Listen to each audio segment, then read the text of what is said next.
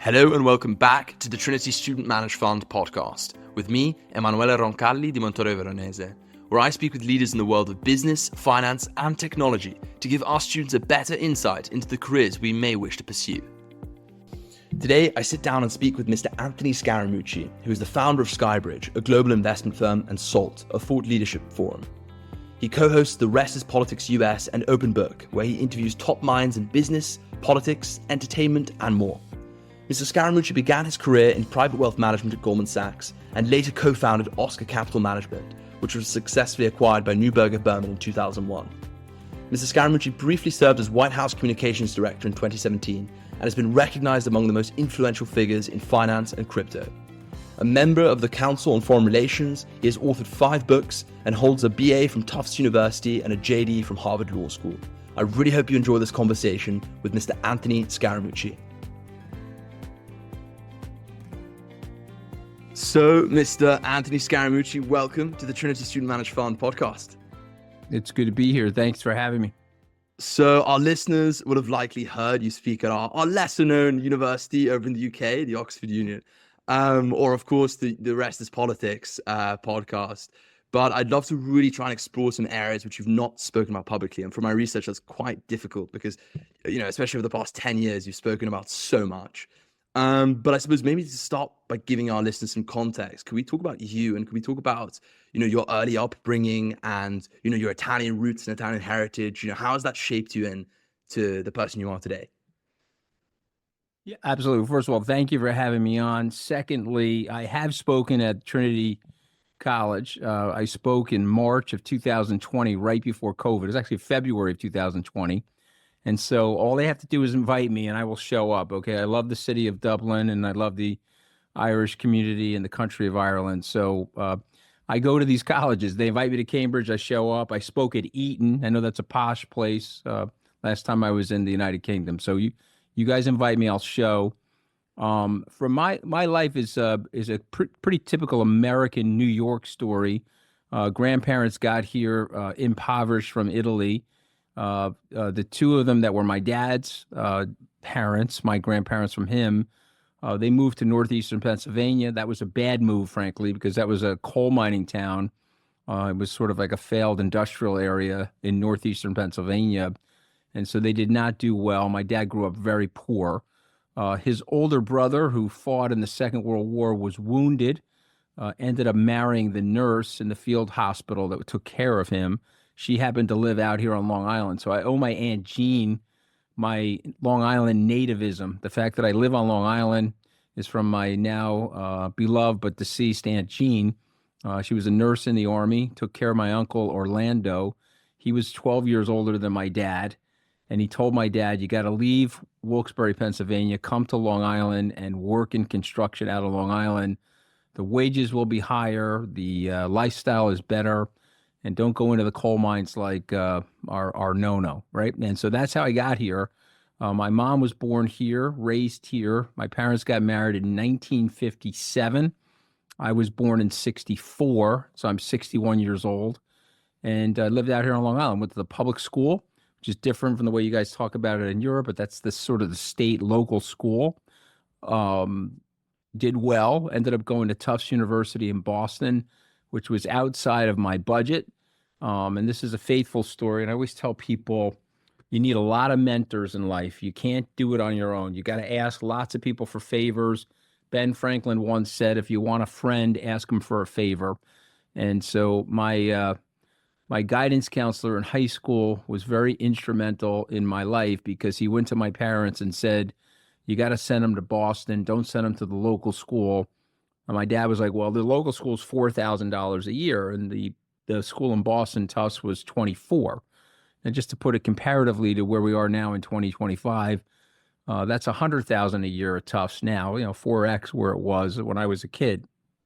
And so anyway, my dad was convinced by my guidance counselor, a fellow Italian, to put me at the private school up in Boston, which was a game changer for me because I ended up meeting a lot of interesting people outside of my sheltered blue-collar environment. I then went on to Harvard Law School, met President Obama, Justice Gorsuch, lots of luminaries that were in school with me.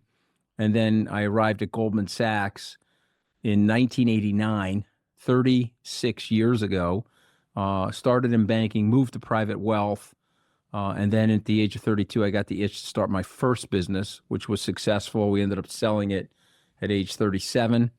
And then I worked for Lehman Brothers, who bought my first company for a few years and left in '05. And so SkyBridge is going to celebrate its 2025. It'll celebrate its 20th anniversary.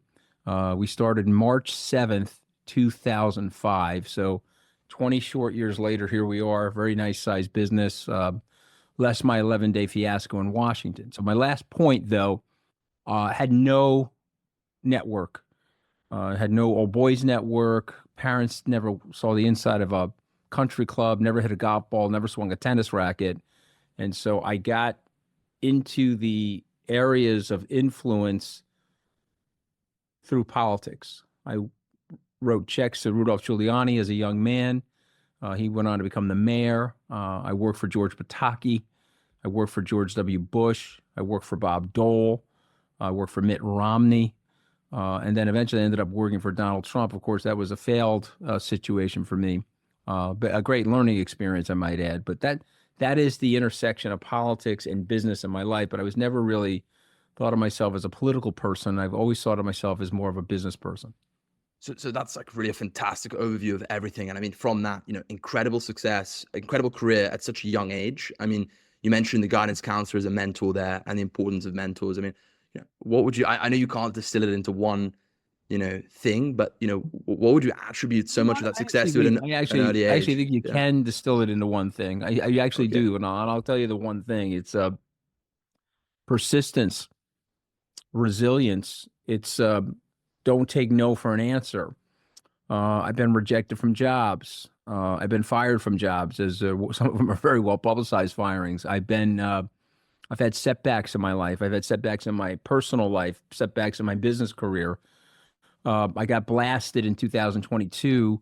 Bloomberg wrote an article about me. He said I was going out of business because I owned Bitcoin, and Bitcoin went from 70,000 to 15, and I was going out of business. And so you got to ignore the noise, and you've got to stay persistent in your life. You got to stay goal-oriented, and you got to get up in the morning. You got to do one thing every day. So I don't know what that is. It could be making your bed. It could be getting on the ground and doing 10 push-ups. Should we do 10 push-ups together right now? Just, balance. You can't do them though. You got that beautiful tie on, but I can, I just got out of the gym, but you got to get up. Boom. You got to get up. You got to do things, and you got to be there. You got to be present in your life. I can distill it to one thing. You have a goal. I don't know what it is, Emanuele, but you have it, and pursue it, plan for it. And when bad things are happening to you that you don't expect them. Okay, you have to expect the unexpected. You have to expect the setbacks. You have to expect, when we're young, we idealize our lives. We think our lives are going to go up and to the right at a 45-degree angle, and everything's going to work out for us. It doesn't happen that way. Life is an impact sport. You get hit. You get in the mid. You're running to score the goal. You get blindsided in midfield. You get clotheslined.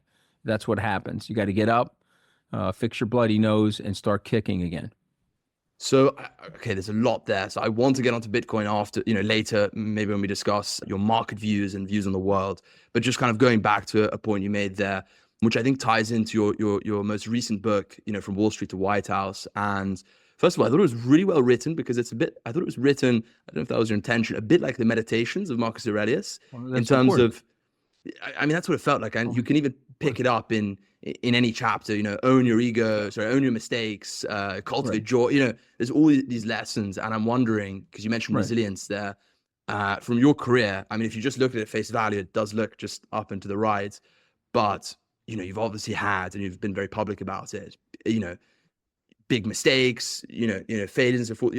How do you have such resilience? But you're talking to a 61-year-old. You're not talking to a 25-year-old. You're not talking to a 31-year-old version of me, right? You mentioned Marcus Aurelius. Remember, what he writes in the book is elemental to your life. You are dying every day in memento mori.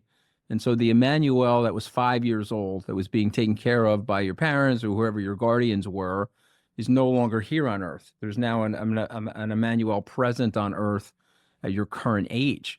And so with that comes wisdom, though. With that comes observation of the planet. Remember what the key to meditations was. He was trying to force a tremendous amount of honesty in his life. If you remember, what the great emperor said is that we lie to ourselves and we lie to each other. Remember, Homer is the one that set this up for us with the mythic character of Cassandra. Cassandra was Priam's daughter. She was blessed with clairvoyance by the goddesses, but she was also cursed with nobody would believe her.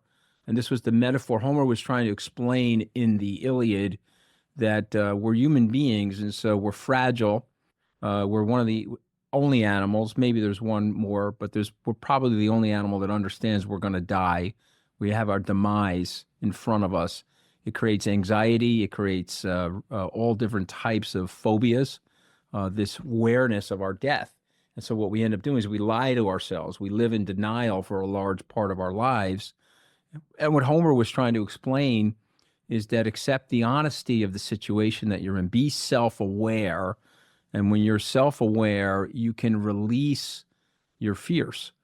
Okay, you can think like the members of the animal kingdom. I'm here to live.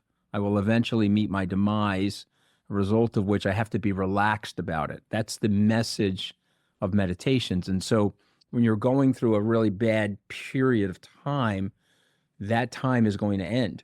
Or said differently, as Mel Brooks, the American comedian, once said, relax. None of us are getting out of here alive.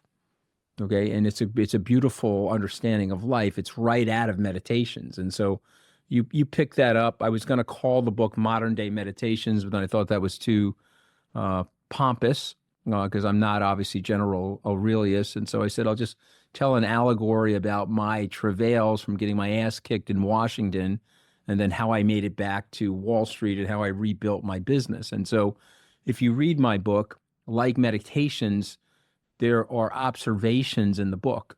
They could be lessons, okay, but they're really more just observations. I've got my ego in check. I've been humbled by life. I've been humbled by markets. So I'm not even suggesting for a moment that I'm smarter than anybody that's listening to us right now, I'm not saying that. I'm just saying this has been my life experience. This has been my humble observation of life. And these are some things that I've taken with me through life that have helped me get through struggles, whether it's been illnesses of my parents or setbacks at home. I've been through a divorce, which clearly, when you're getting married, Emanuele, you don't expect to get divorced. Otherwise, why would you be getting married? Been through a divorce, worked on that, worked on the post-marriage relationships there, remarried, have a relationship that I need to work on with all of its ups and downs, thankfully more ups than downs. But my point is that you have to, in your mindset, you have to recognize that you're frail.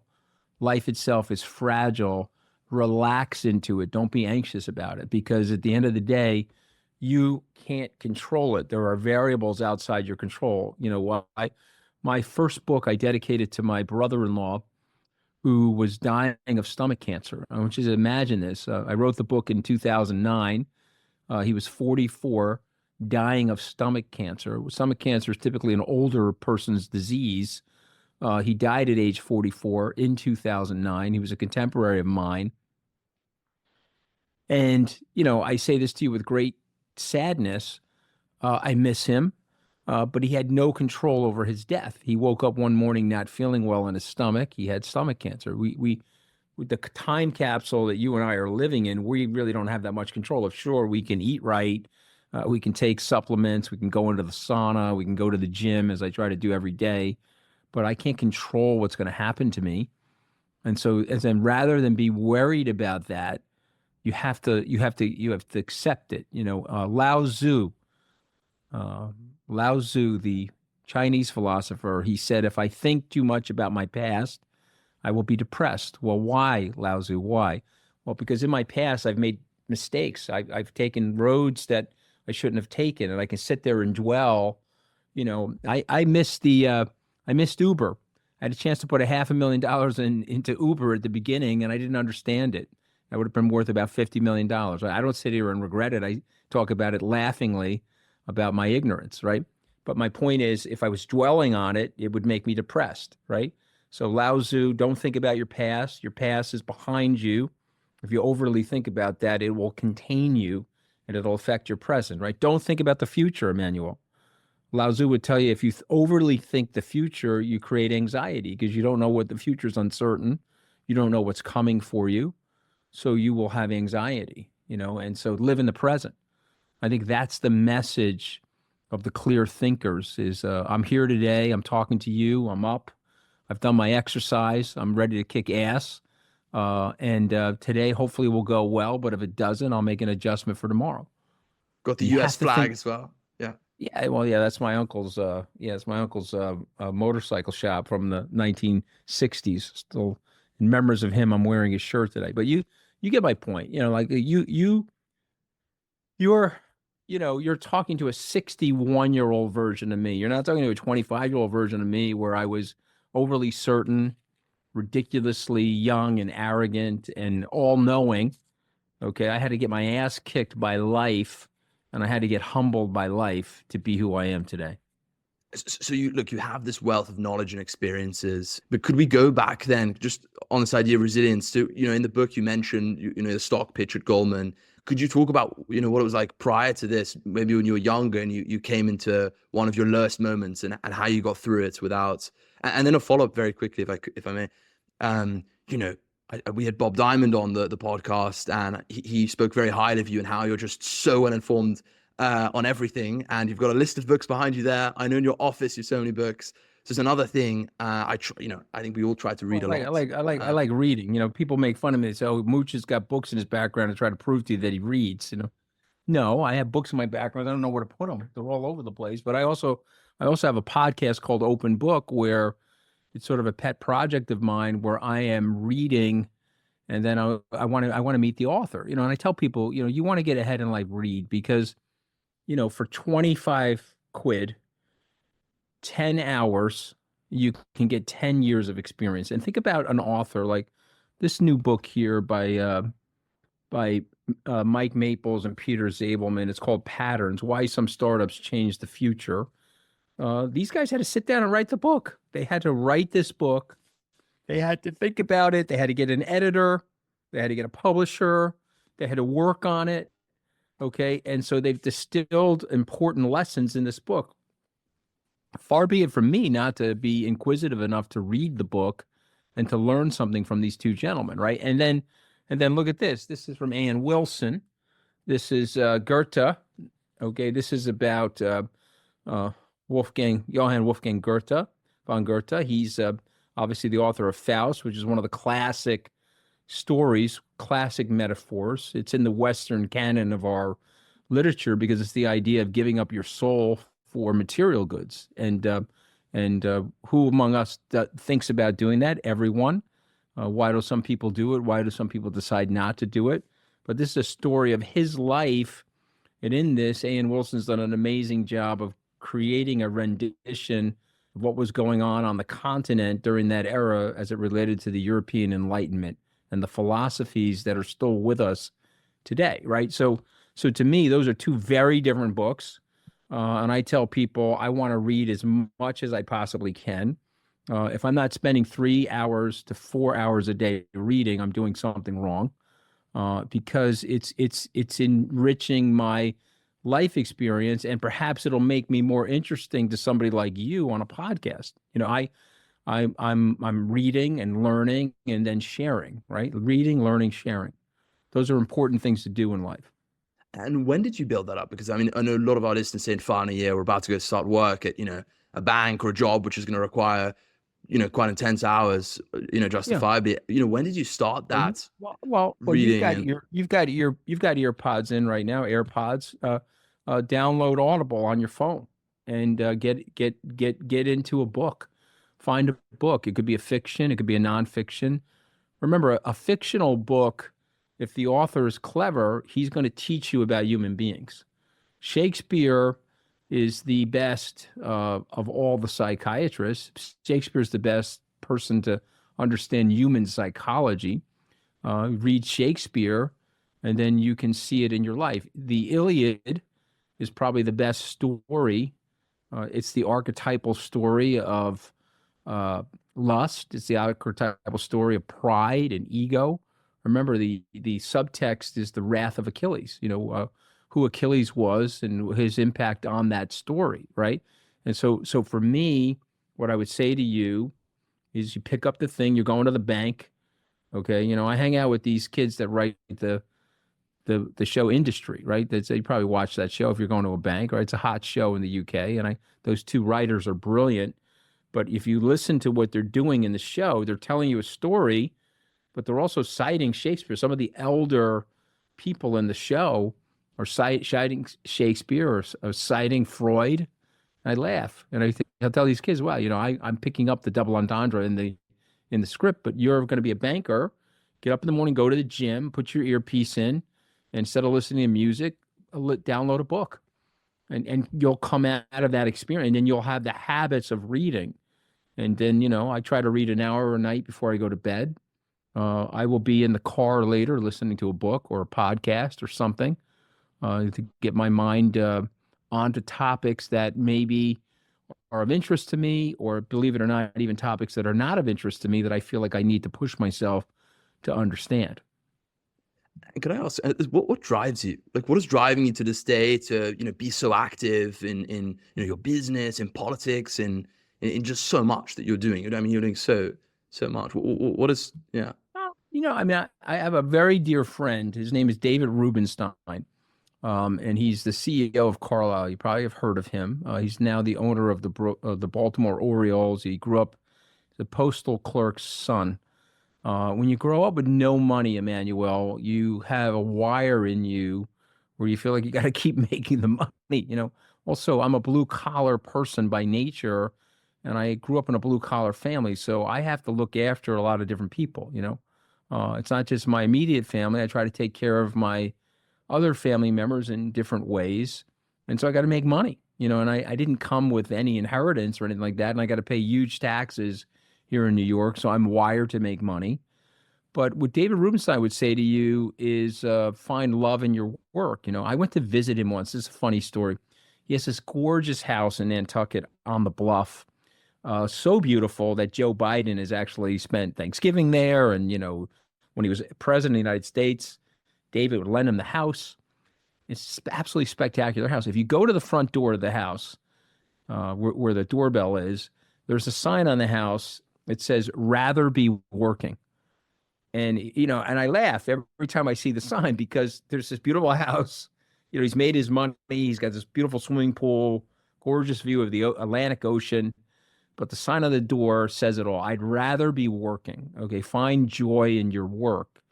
And so I share that identity with David Rubenstein. I want to work until I want to have my boots on when I go. I want to work until the end, because I enjoy it. I enjoy the process of podcasting. I enjoy the process of working and trying to manage people and trying to create commercial activity for my colleagues and my partners. And I also like the fact that they've got something to do. As my wife, she's not here right now, but she'd probably say, I married him for better or worse, but not for lunch.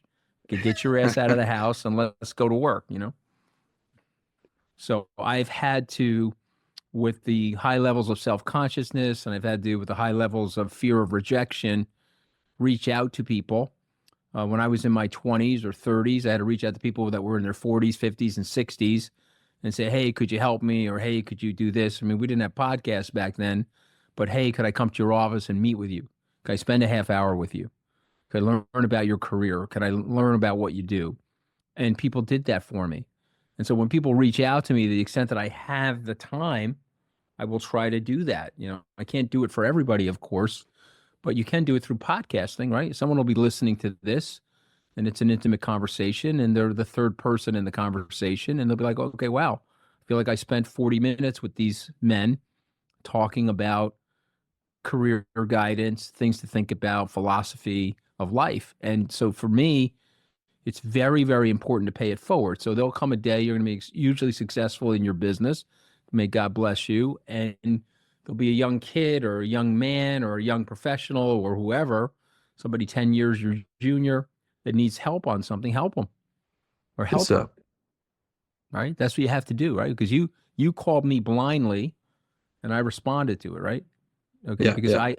I tell my staff, who the hell is that guy? Why is he in your schedule? Well, he's me in 2025, except that would be me in 1990 as I was trying to get my career together. You see what I mean? Who's the most impactful person you've met? You've met billionaires, the best, the most famous politicians in the world. Who's the most impactful person you've met? Well, I mean, look, we're going to take my parents out of the equation, right? Because they've obviously helped form who I am. But I would say someone that you could identify with the most impactful that I've met is probably Jeff Bezos. I don't know him or anything like that. I met him at a conference. This is going back 30 years ago, and I would say that he was the most impactful. And I would say that what I admire about him is that he had ups and downs in his career. I mean, Amazon wasn't a straight shot, but he stayed on it. He kept adapting the business. And so I would say he's the most impactful. I mean, again, somebody that I'm closer to would be people like David Rubenstein, who I spend time with. David has the right philosophy of life. He's got a historian's bent, and he's a very grounded, self-deprecating guy. Those are things that I enjoy. But I mean, Jeff is probably in the top 5 richest people in the world. I think he was probably the most impactful. There's a gentleman by the name of Tony James. A lot of people don't know who he is. He's a Brit. He was like the president and chief operating officer of Blackstone. I think if Steve Schwartzman was on with us right now, he would tell you that he was very impactful to growing Blackstone. Jensen Huang from NVIDIA. Again, I don't know him, but I've met him through conference. I was at a JP Morgan event where he spoke, had the opportunity to say hello to him. These are killers. I mean, these are guys that work their asses off. Donald Trump, who I was very close to, I spent a lot of time with on the campaign. You can like or dislike him, and I've obviously shared my opinions of what he's actually really like, but it would be hard to say that he's not impactful. He's probably the most impactful politician of my and your lifetime thus far. He's cast a shadow over American politics for over a decade now. Weirdly, when Joe Biden was president, he was in a shadow presidency. So he sort of had this 12-year yoke on the society. I know him very well. It would be hard to tell you that he's not impactful. He's definitionally impactful. He may not be having the impact that you or I want, but he is impactful. Now, I was surprised from my research you've not been asked this, or at least publicly. And it's an $8 trillion question touching both your expertise of politics and economics. And that's Fannie Mae and Freddie Mac. Yeah. I'm wondering, you spend a lot of time in the administration and you know a lot of the people very well. Do you think an exit for Fannie and Freddie Mac is likely? And, do you think it should happen? So I don't think it's likely. I think it's constantly talked about, but I don't think it's likely. I know Mnuchin had tried to look at ways to do it. I know Bill Ackman always talks about it and owns some of the securities related to that potential exit, but I don't think it's likely. And the reason why I don't think it's likely is that whether we like this or not, the entire U.S. economy, it's built on housing. And just hear me out for a second, because the jobs in this society come from small businesses, and small businesses are tied to housing. And I'll just give you this example. The house, you have the home builder, you have the sheetrock installer, you have the plumber, you have the electrician, you have the person that does the landscaping around the house, and then go down to the local town. Local towns in America, they may have a hardware store, or that hardware store has been replaced now by Home Depot, but they have a deli that services the contractors. They have a local bank that gives out loans for these houses. You've got a whole assortment of things. About 65% of the small businesses in America are tied to housing and the housing market. And so the United States, through its policy, made a decision that they wanted people to own homes. Maybe 60 to 70% of the Americans own their own home. You get a mortgage deduction to own your own home. The manufactured mortgage market. What I mean by that, the securitization of that mortgage market, the mortgage-backed security markets have made that a very, very large asset class. And it's not clear to me that the government's not going to want to maintain some sort of role in that. Now, if you're telling me that the evolution/revolution that Elon Musk and Donald Trump want to have on the American government will knock those into the private sector, I'll say maybe, possible, but I don't think super likely. I just think that it's too important. It's too important. It would be like privatizing the American military. I don't think that's going to happen anytime soon. But so that makes a lot of sense. But even if, just because there was a letter released and he said one of his mistakes was he wished he was able to privatize it, and I was very lucky to be able to speak to Ackman, and he said that he called it the art of the deal. This would be the biggest real estate deal in history, and I just thought you would know Trump better than most people. And listen, I think he would want to do it. I'm not saying that there isn't the impulse and the wanting to do it. When you work in the government, you have to think of the word sludge. You're moving slower than you would like. When you're in the government is ponderous. The government is bureaucratic. The government is it's a non-for-profit situation. Remember something about your life, okay? Corporations and for-profit entities, they die. Okay, non-for-profit entities like the government or the Roman Catholic Church or the Church of England, there's an eternality to them. They can live and breathe and go on forever. And so the government can outlast Donald Trump. The government can slow things down because the government has forever. You're living in a limited time capsule, which each day is passing closer to your demise. Not the government. The government will be here long after you're gone and long after Donald Trump is gone. And so it has ways of surviving, and it has it has a great immunological response to people like Donald Trump and Elon Musk. And so, yes, they may want to do that. They may be successful in doing that. You're asking me a really good question, but I think the likelihood of them being able to get that done is low, because of the importance that housing has in the society. I don't think the American government is going to cede that to the private market in its entirety. Could we see you running for office?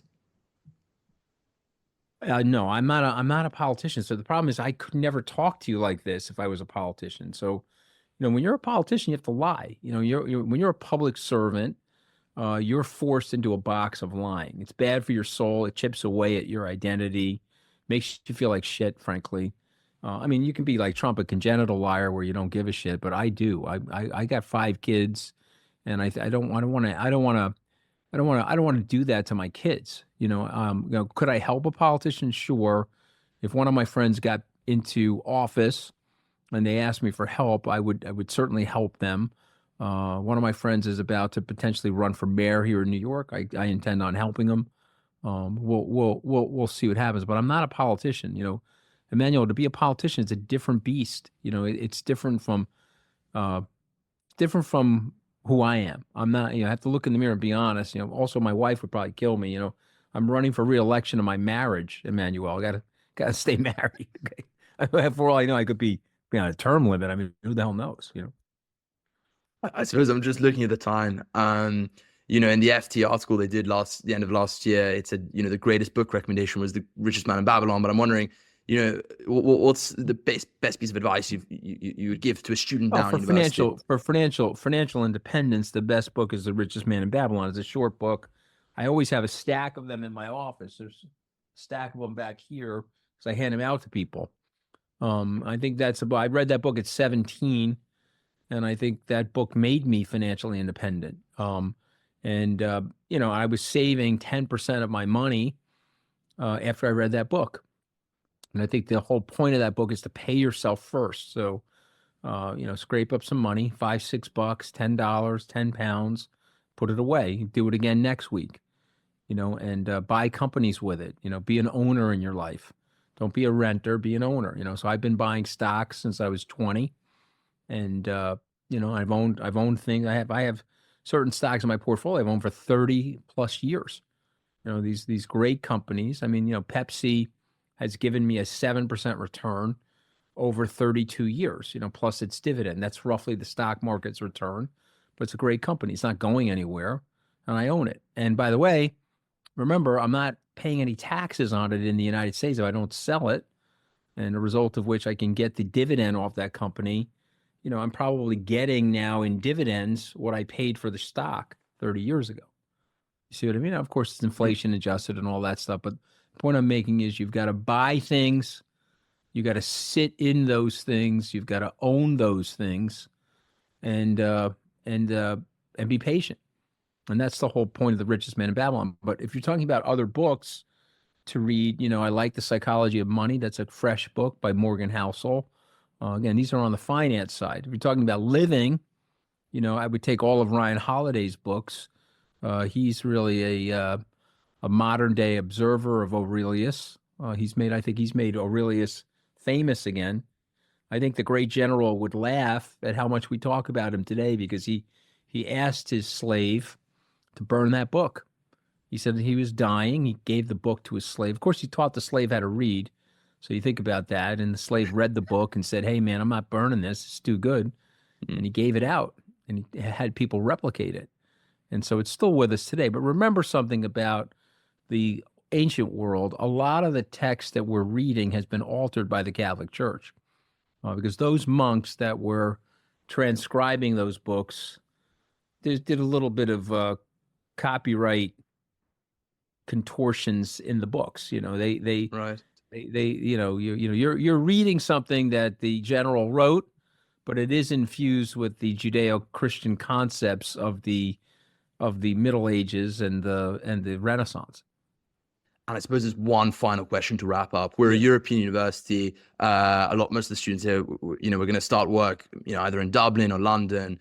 I myself, like many in the fund, we want to come to America. It's kind of the American dream, so to speak. What would your view be on that today? Well, I mean, I'm a traditionalist. I'm a hard guy on this. If I was born in Italy, I probably would have stayed in Italy. If I was born in the UK, I probably would have stayed in the UK because I'm a homebody. I like my home. But I do think America provides still the greatest opportunity for people in terms of seeking their aspiration. It's not a perfect place. We've hurt ourselves over the years due to some faulty policy, and now we've created a lot of tribalism in the country, and there's a little bit of xenophobia in the country. There's always been some of it, but I think Donald Trump represents that, which I think is a nastiness that I don't like. But I do think America provides a great opportunity for people from around the world. And if you're 21 and you want to seek your fortune and have an amazingly interesting life, you come to America.